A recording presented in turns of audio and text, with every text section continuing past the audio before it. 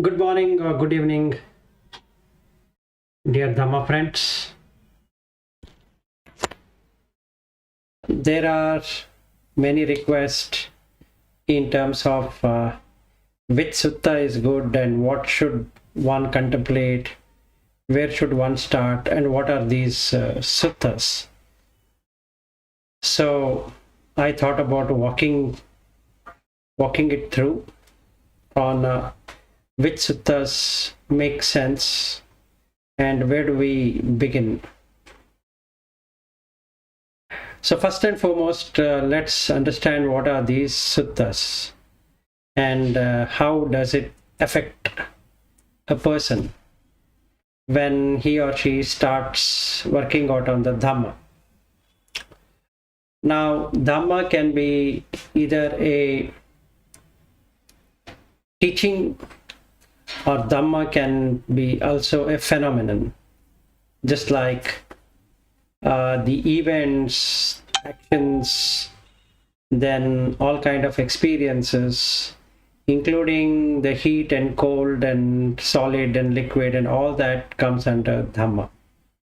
So when we talk about the Dhamma, Buddha Dhamma, it is the teaching, but when we talk about just the Dhamma, it includes everything other than the teaching. So all experiences, what a mind undergoes, is part of Dhamma. Now, in this regard, we need to understand that there is something about Sutta. So it is two words joined together, Su and Atta. Atta is myself or self or me or I, or whatever that can be considered as a person. And Su is good. So Sutta would then transform itself into changing a personality, that is the normal worldly personality, into a noble personality. Now, what is this worldly personality? Worldly personality is what the person gets identified with. Example, in my case, I have a name and then I have a title or a designation, and then I have a place to work and where I go and do my work. It can be in an organization or something. And again, there are certain titles and designation and recognitions and all that. And just that example, another example, the t-shirt what I'm wearing has a symbolization. So it shows that I'm from the Project Management Institute, which means people would know that, okay, he has got something to do with project. So all these are what we can consider as worldly. So we create a world personality, that is, now I have a name, I have a title, I have a designation, I have work to be done, and then I represent a certain organization and I do certain kind of job and I have certain kind of responsibilities. Then I have a family, and all that becomes the what can be identified as a personality who is supposed to be interacting with the worldly objects through the five senses, which has a five sense door. So this is what is the Atta feeling, what I get as a personality. In reality, that personality doesn't exist at all, but I still consider that I exist with all of this, that is all of these titles and designation and role and all that what has been there. However, when I start with the Buddha Dhamma, it gives me a clarity that those designation and titles and all of this are named. They are not really out there, meaning I can consider myself as an employee as long as I'm working in the organization. That means it can be conditioned. So as long as the condition persists, I am the employee of that organization. So then when I leave that organization, I might be wearing that t-shirt, but still that doesn't guarantee me that I'm part of that organization. So it makes me realize that these names and designations are not real. So Dukkha is bad self or bad personality, or instead of using the bad personality, we can use that undesirable personality, which is the worldly things, because that keeps on making a lot of stories and opinions and all of that which are harmful, and it ends up in an argumentative way. It's like asking whose family is better, my family or this person's family, or my friend's family, etc. And every family is a family, but then the foolishness is that there is my family and there is somebody's family, and all that crazy things happens. So when I get into this sutta, the advantage is that it takes me from this madness of the world to a seclusion where I keep on reducing that I-ness, the mana, and then it takes me to Sutta, a good self, a good personality. So from a challenged or a undesirable personality, then I go to a most desirable, profound personality. That is called as Sutta. So a good being, a good personality. Now this Sutta Pitaka means basket, is divided into 5 sections called as Nikaya. Kaya is a collection. So these sections have different collections, just like a bouquet of flowers has different collections. And another example is that this body has many collections. So it is collection of so many different organs, and then the sweat, and then flesh, nails, and like that. So we can see that it is made out of different collection to be called as one single mass of human. So Nikaya is, the Ni means that one which will show what is there in the collection.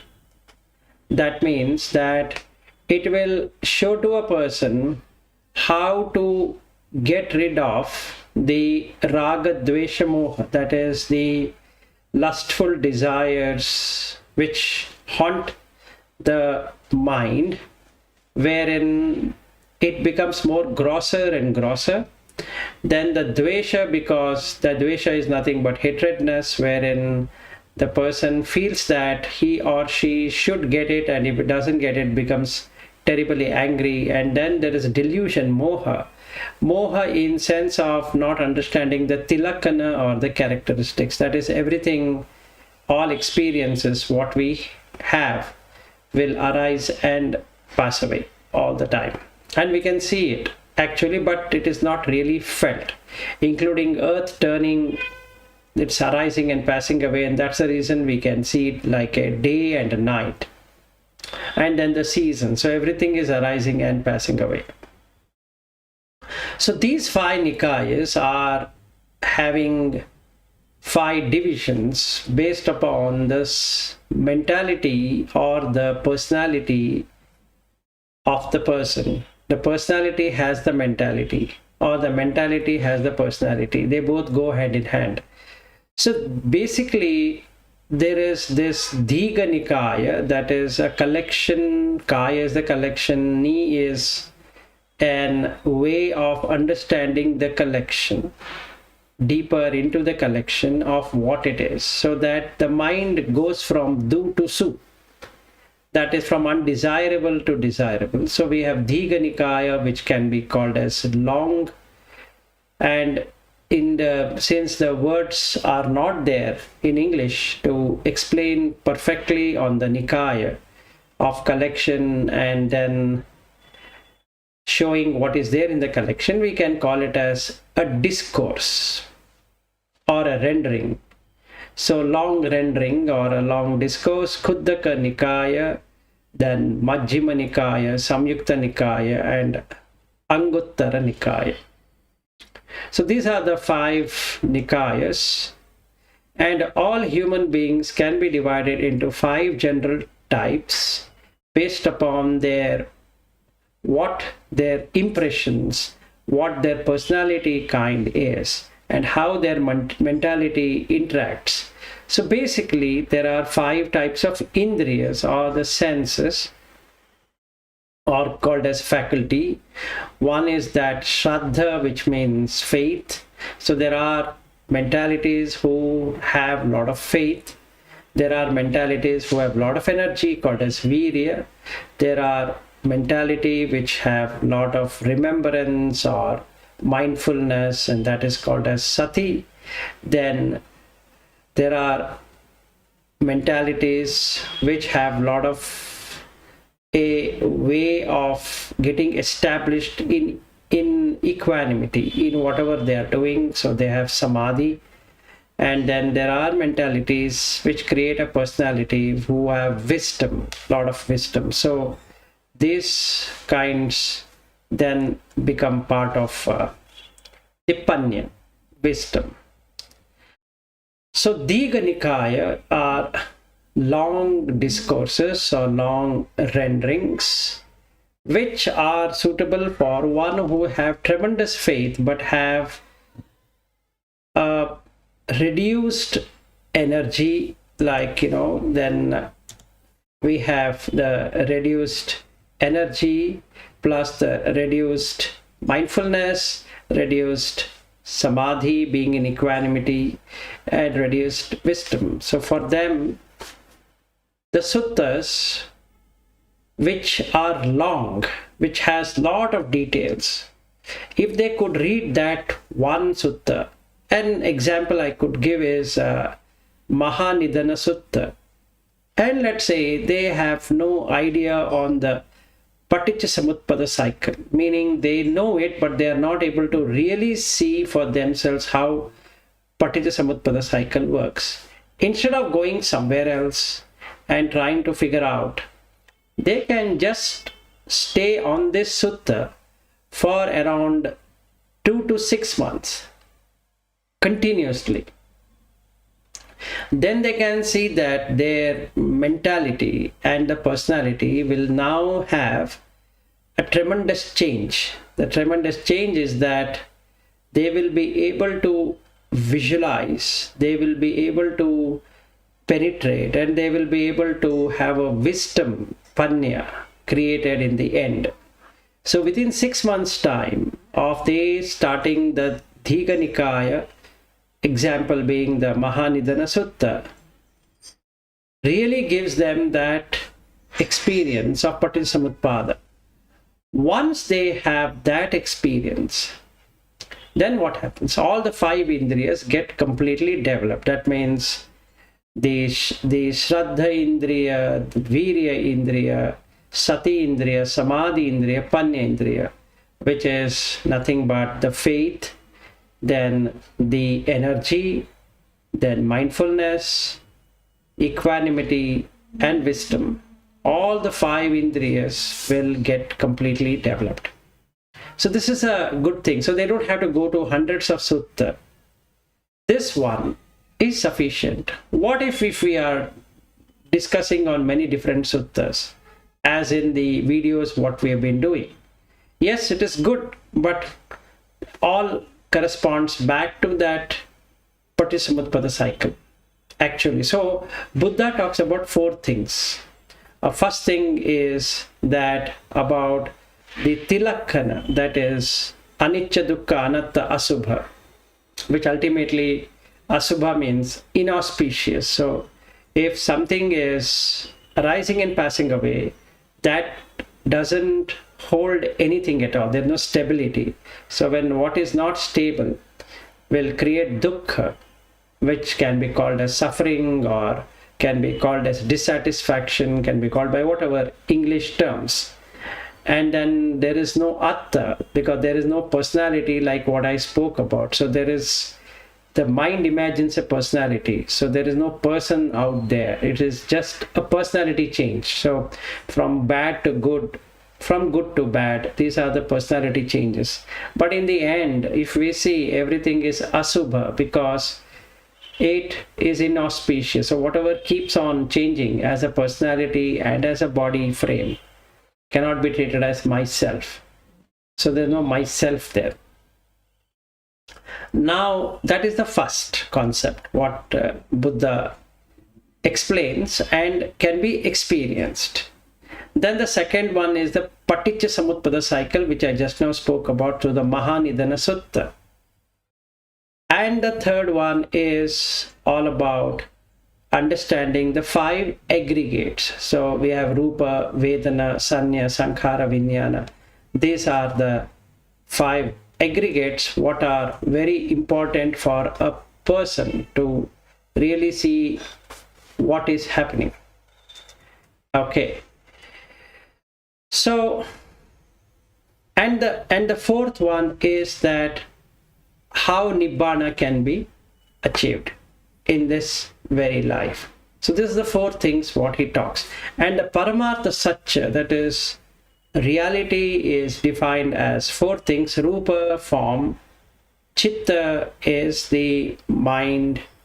Chetasika is the mind elements or mentalities, can be called as different expressions or impressions which comes, and Nibbana. So these are the 4 Paramartha Satya. Paramartha means actual realities. Okay, so the ultimate aim is to get into these 4 categories and experience. So for that, Digha Nikaya is for people who have Saddha. Then Kuddaka Nikaya is for people who have Klesha, meanings impurities or defilements. Uddaka means to remove that. So Kuddaka Nikaya is for those people who have the kleshas or the impurities. So there are kleshas, can be really look at lobha, dvesha, moha, that is greed, hatred and delusion. So when I have that, then it is better that I go through the sutta, which are kuddaka, that is, which remove the defilements. So here it affects the panya indriya, that is the wisdom. That means I have a lot of wisdom, but I don't have that much of saddha and all that. So I can really remove the defilements, and then all the remaining things will get developed. Now the third one is the Majimanikaya, the middle length, Suttas. This is for people who have very good energy, whereas the other 4 are not that developed. So then Majimanikaya helps those people who have a lot of energy, and through energy they can now go from the saddha, they develop saddha, they develop the virya, samadhi and panya. Whereas the people who have sati, lot of mindfulness, they can do the anupassana series, like kaya anupassana, and then you have vedana anupassana, chitta anupassana, dhamma anupassana, those things, which are also part of the Digha Nikaya. Some suttas are there in Majimanikaya also, but this majorly is Sati Indriya, is there many suttas, or all the suttas are relating to Sati, whose Sati is dominant. So they can go through the Samyukta Nikaya, so which creates a foundation of the Buddha Dhamma. Yukta means consisting of what is categorized as, and Sanyukta means what is brought together to be categorized as so and so, or consisting of so and so. So this is for people whose sati is fully developed, so that becomes Samyukta Nikaya. And Anguttara Nikaya are for people who have samadhi, because they already have possessed equanimity. They can go deeper. They can get into the oneness of the mind. The mind doesn't go anywhere. It establishes where it should be established, but doesn't have strength on the other four. So to develop the other four, for these people, they require only Anga Uttara. Anga means part, and Uttara means which will take them to the higher. So can be, in English, can be put as a predominant of principle, or understanding of the principles, or understanding the nature. That's a better way. So these are focused on the key principles and are very short, because they don't require much of the definition, much of explanation, because they can get into samadhi. So these people who have a good samadhi can actually get into these kind of Anguttara Nikaya. So these are the 5 Nikayas. Now, having understood the Nikaya, so let me give one example from the Dhammapada, wherein Buddha says that Anicca Sankhara Uppadavaya Dhammino Upajitva Nirujjanti Te San Upasamo Sukho. This is for people who have understood Dhamma. Okay, that means they have understood what is Anicca. They have also understood what is Sankhara. They have also understood what is Dhammino, that is Dhamma. That is the components or the phenomena or whatever. All the objectization, all the conceptualization is the Dhamma. So now this is, if somebody is practicing and he would like to start on that. Let's say I am starting today, and somebody recites this one, Anicca Vata Sankhara Uppadavaya Dhammino Upajitva Nirujjanti Te San Upasamo Sukho. Now, is this Pali very important? It is good to know, not that it is so important, but then the problem comes in the interpretation.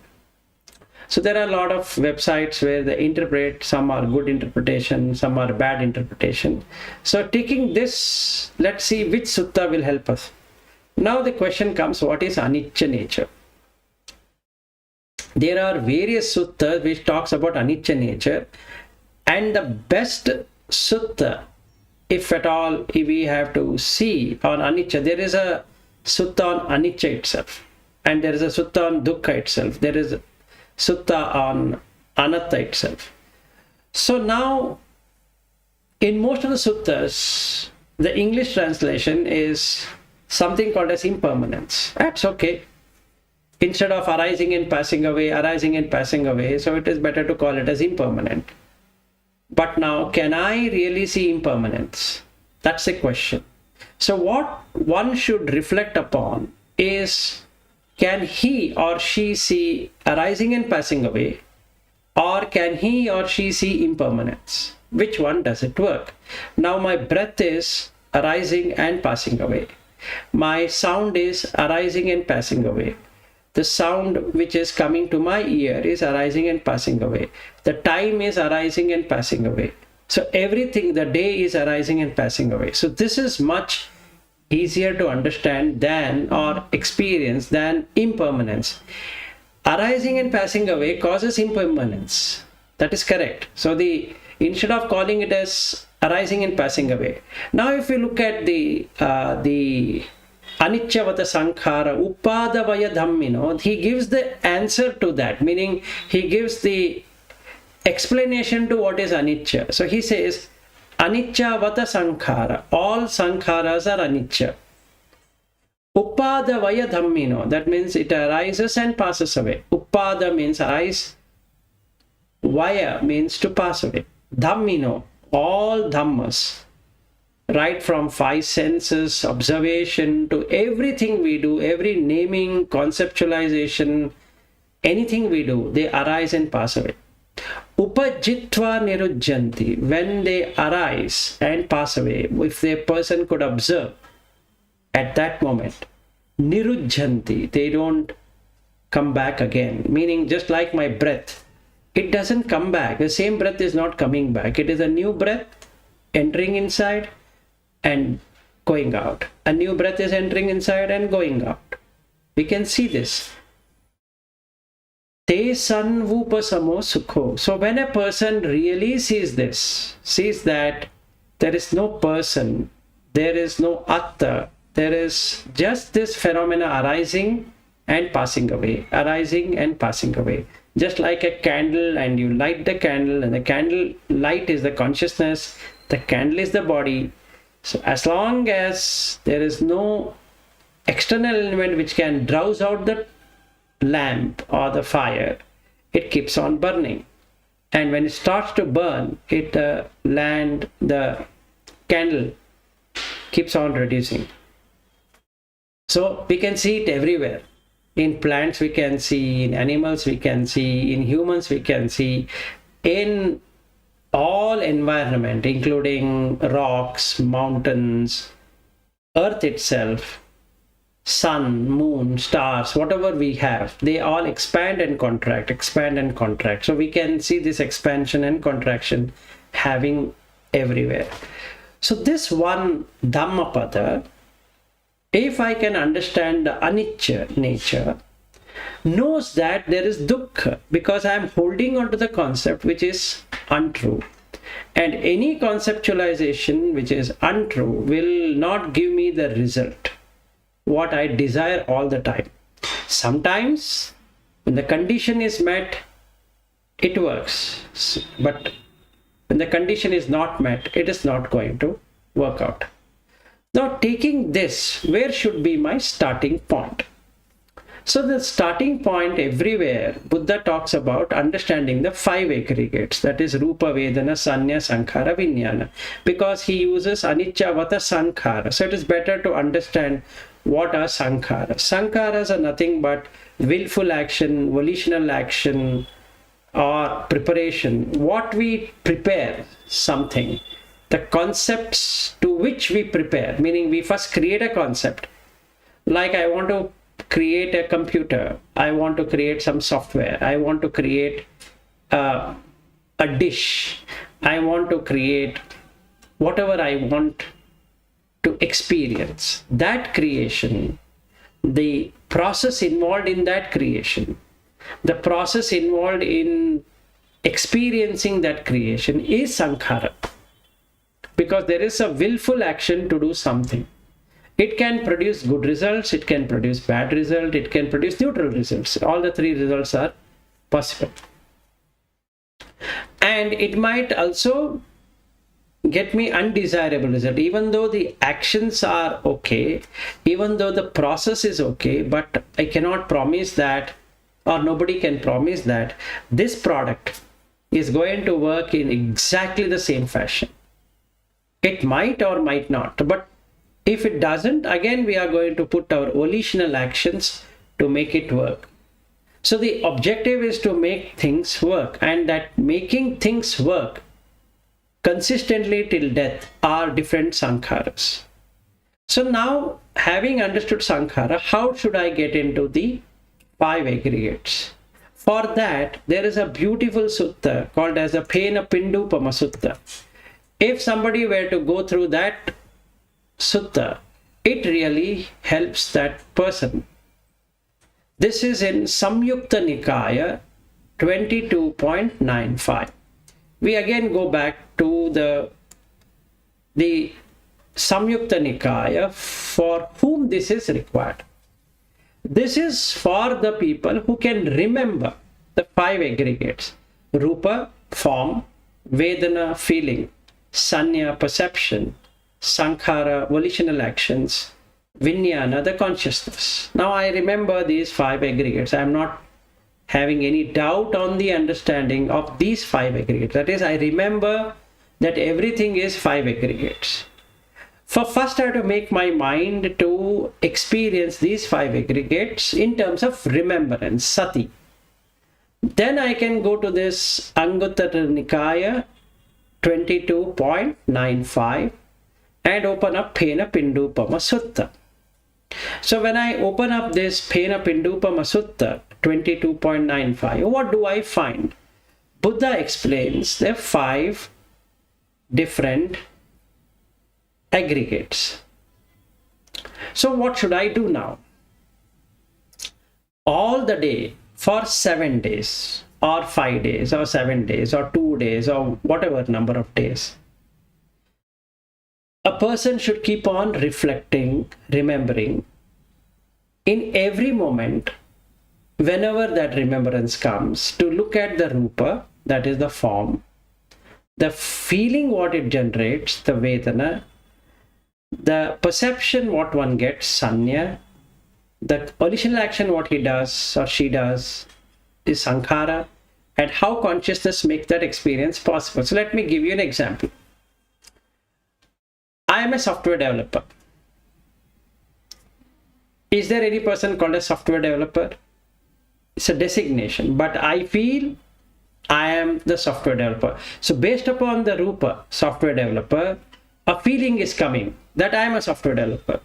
So what is software development or software developer is a sanya, perception. I am perceiving that a software developer exists within me. Apart from this me, there is a software developer. Because I feel that I have the ability to do the coding, do the product development. Then because of that, I am going to do sankharas. That is, I am going to do certain volitional action. That is knowing the technology and working out on the code, remembering the code base, remembering the languages what are required, and underlying the elements which can join all of these to create a user interface where the person can play around with it. That means what is in my mind as creation can be experienced as an output. So that demonstrability, it is what is created by the consciousness. So the consciousness, what it does is that it makes the software developer experience possible. Even though at this point in time, I am not a software developer. I am a normal person by so and so name, but I am designated as a software developer. So the moment the software developer is said, the mind feels the Rupa. It perceives the Rupa. It starts working towards developing that Rupa.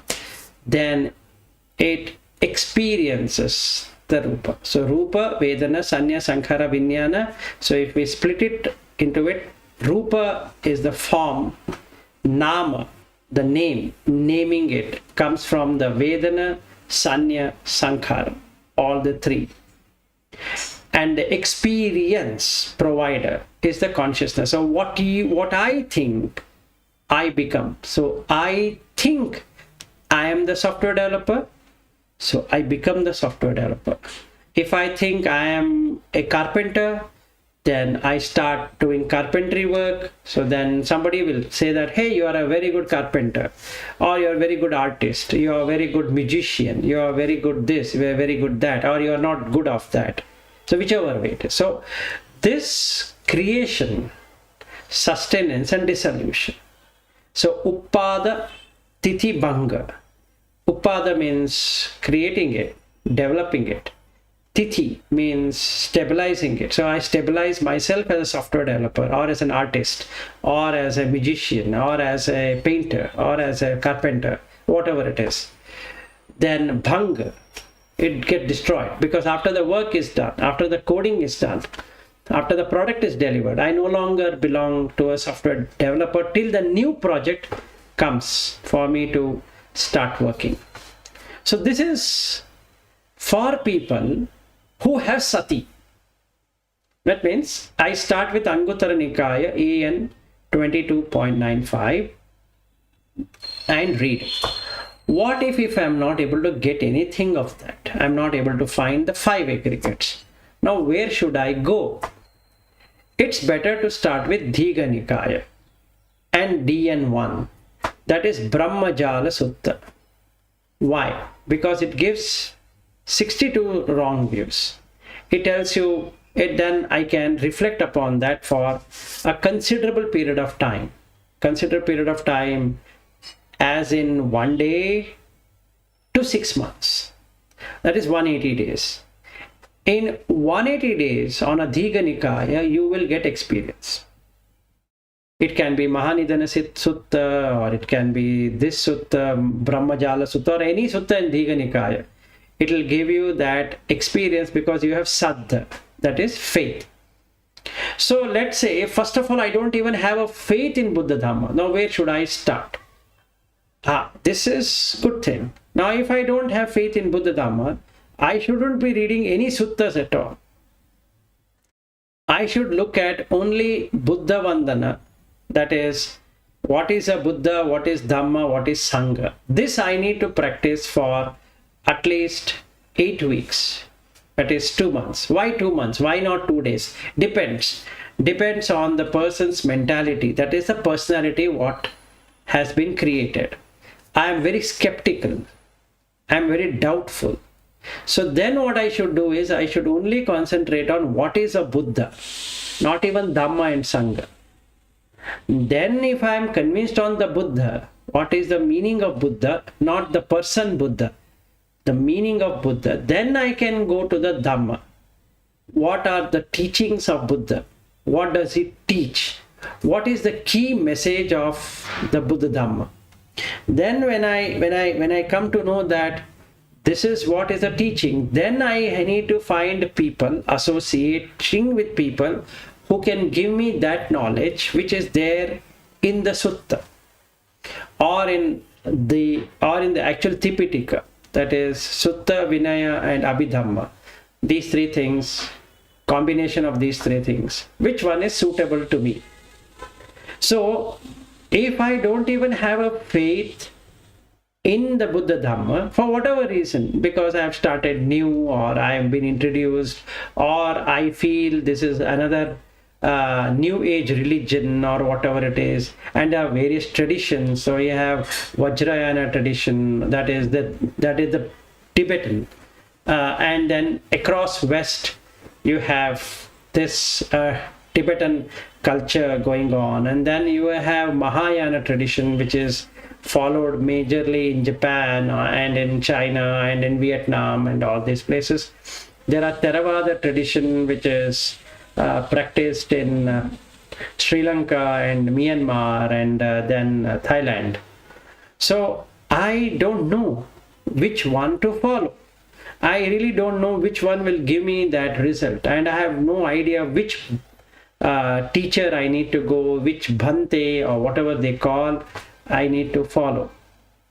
For that, reading out on the what is Buddha, what is Dhamma, what is Sangha is very good. I have put on my channel, on this channel, what is the way to understand Buddha, Dhamma, Sangha, and that would be much experiential. I may say that when you start on that, when you reflect, you will come to know. So we can take a 7-day period or a 5-day period, 2-day period, or whatever days, and then extend it for the whole of 2 months or more than 2 months. One fine day, within that, you will be able to understand the Buddha, Dhamma and Sangha, all the 3. So once I understand that Buddha, Dhamma, Sangha, then I have faith. So then I can start on Digha Nikaya, because now I require time for the worldly concept to end and the noble concept to begin. So I require sufficient amount of time. So I need to make time for myself. So for that reason, I need to go to Digha Nikaya. Whereas if I'm already proficient at it, like what I said about Anicca Vata Sankhara, and I know it, then I don't require. I can go for the shorter ones, which can give me that experience. Like the very suttas which are there, which are very short, 4-5 lines, but it gives entire message. So that is good for those people who have understood. That means in the faith, Shraddha, Virya, energy, Sati, remembrance or mindfulness, then Samadhi, being in equanimity, being in a stable position, and Panya, wisdom. Depending upon what is my kind, I can choose those suttas. But the basic idea of sutta is to go from the worldly existence to a very noble existence. What does a worldly and noble means? A noble means that we are not having the 10 immoral deeds. The worldly means there are chances of getting associated with the 10 immoral deeds. Let me quickly tell you how this works. So when I start on the Buddha Dhamma, first thing I'm going to look at is the ethics. So it's called Sila. Ethics, Samadhi, which is being in a stable or an equanimous or a state which doesn't change, is not non-judgmental. The best word to use in English is non-judgmental to any situation. Good situation or a bad situation is judgmental. So if I don't judge anyone or anything, I just treat it as a stream of water flowing, just like the waves on the sea. They just come, hit the shore, and they go back. Whether I like it or I don't like it. If they come faster, then I can go back. If they're very slow, I can enjoy that. Right? So the waves are not concerned about how I feel. So it's my choice to either go back or indulge. In the same way, people's attitude, people's mindset are similar. Some of them have a very harsh way of interaction. Some of them have a very soft way of interaction, a very nice way of interaction. But either way, it's not I am making it. It is they themselves make it because of the situation or the condition what they are in. So what I can now do is I can really see how this meshing up happens on the Samadhi. So I can stay in that equanimous situation wherein the mind doesn't go either this or that. Okay. Then I can have the Panya, wisdom. So Sila, Samadhi, Panya. So if I am able to stay in that fashion, first one is Sila.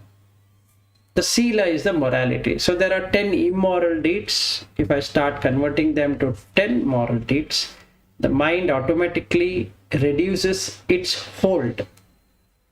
It is going towards the seashore, trying to fight with the seashore, trying to push across. Rather, it will now look in a very objective way that the seashore is just a shore. I don't have to go towards the water. I can either surf in the water. That means when I am having a lot of challenges, I can surf on it.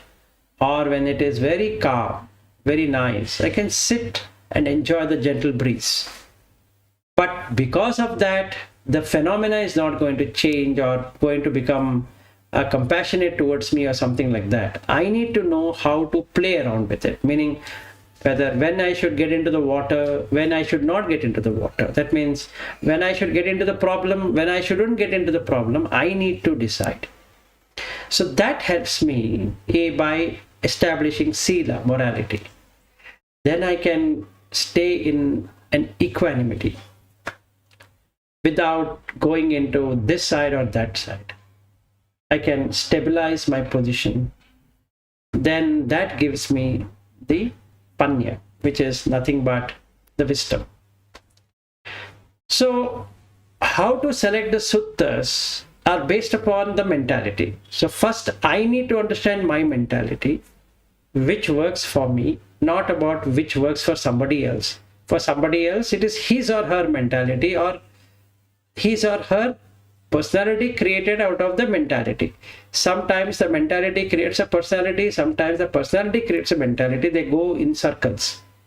So one is that personal outlook, when we say, is a personality, and the way we take things is the mentality. So personality view creates a typical mentality. So I can now say that I am of this mentality. Let us say I have anxiety attacks. I'm of that personality. Now my personality is, I cannot take anything which is going to disturb. The moment there is something which is disturbing, creates anxiety, and that anxiety comes into a mentality of mine that I am anxious and I want that to be relieved. So vexation. So basically I vex at the problems, I vex at the challenge. So my personality, if somebody were to study, were to see that, oh, this person is a very anxious person, so I've created a very anxious personality. The anxiety experience is in the mind, but is seen as a personality. So if the mind were not to be anxious, it's very calm, what happens to the personality? A very calm personality. So this is Su, that is, being calm personality is Su, good. Being anxious personality is Du, bad. Something, anger. Anger is coming in the mind, but personality becomes angry person. Who is this person? Is a very angry person. Why? Because he has anger.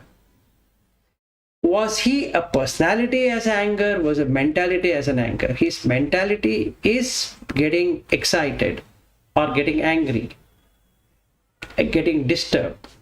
How it is shown? It is shown in the personality.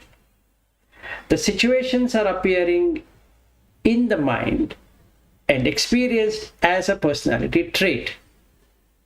So what we are trying to change is, through the 10 immoral deeds, it creates an immoral mentality, immoral personality, because it is appearing in the mentality of the person. So if the person were to change it into moral mentality, the personality becomes moral.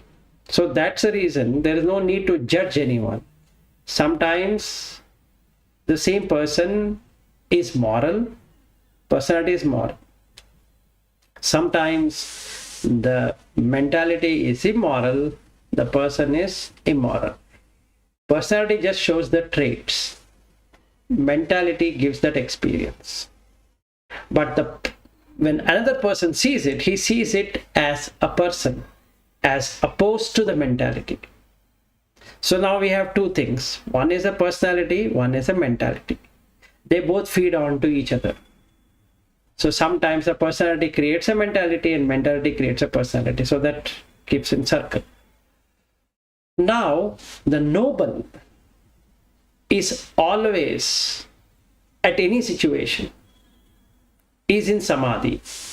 What it means is that he is in equanimity. He doesn't go here and there. He doesn't get agitated, nor he gets too glad about everything, because he has established sama adi. Sama is equal, adi is state. So equal state or equanimous state. So if that person is in the samadhi, what happens? The other four are already developed. That means he has sati, he has virya, he has shraddha, and he has panya.